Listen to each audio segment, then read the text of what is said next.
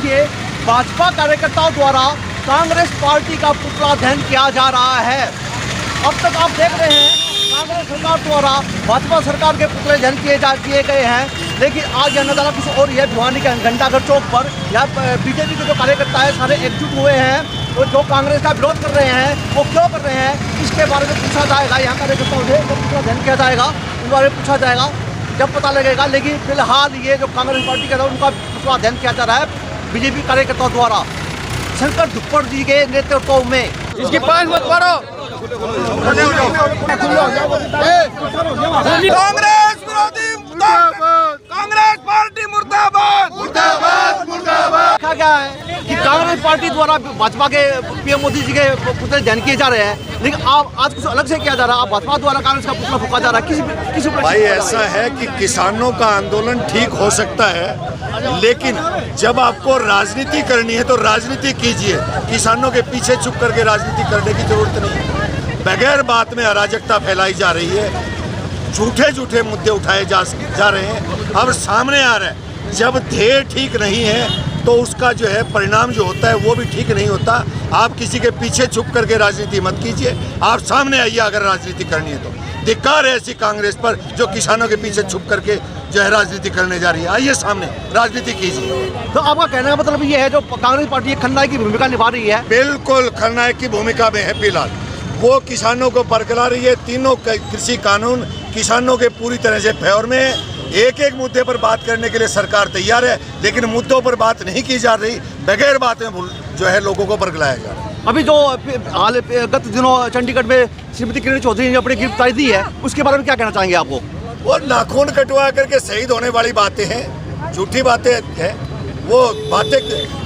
वो अपनी जो बातें करनी है उनको तो सामने आकर के बातें करें, किसानों के पीछे छुप करके नहीं। कानूनी बिल के बारे में बड़ी डिटेल में बताया जा चुका है। तीनों के तीनों कानून, पहला है एमएसपी के बारे में और जो है मंडी के बारे में, दूसरा है कॉन्ट्रैक्ट फार्मिंग के बारे में, तीसरा है आवश्यक वस्तु अधिनियम के बारे में। तीनों कानूनों के बारे में डिटेल से बताया जा चुका है और तीनों कानून जो है पूरी तरह से किसानों के पैर।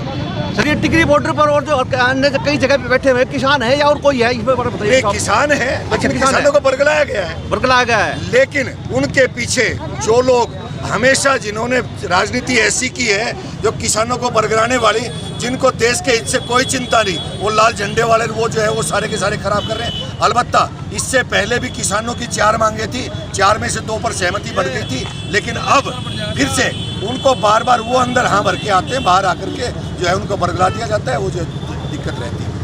कांग्रेस पार्टी मुर्दाबाद, मुर्दाबाद, मुर्दाबाद। किसान विरोधी ताकतें मुर्दाबाद, मुर्दाबाद, मुर्दाबाद। बंद करो, बंद करो, बंद करो। स्वार्थ की राजनीति बंद करो, बंद करो, बंद करो। देखो, आज जहाँ तक कृषि बिल के बारे में है, पुतला आपने देख लिया, क्योंकि ये साक्ष्य आ चुके हैं जिस तरीके से भोले भाले किसानों को बरगलाने का काम कांग्रेस पार्टी ने, कम्युनिस्टों ने किया है। वो सभी आप लोगों ने, मीडिया ने, अखबार ने बड़ा विस्तार से छापा है। रही बात किसानों की बिलों की बात, इसमें कोई दो राय नहीं। मंडियां भी जैसे जो पहली थी नुक की नू चलेंगी, कोई बदलाव नहीं है। अलग से किसान अपनी फसल किसी भी देश के कोने में बेच सकता है।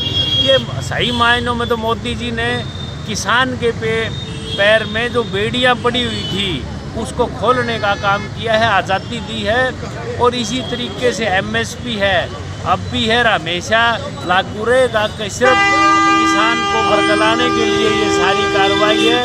बाकी आप देखेंगे जिस तरीके से 91 में एक रिफॉर्म्स हुए थे और उसमें उस रिफॉर्म्स का रिजल्ट है इतना लिबरलाइजेशन हुआ।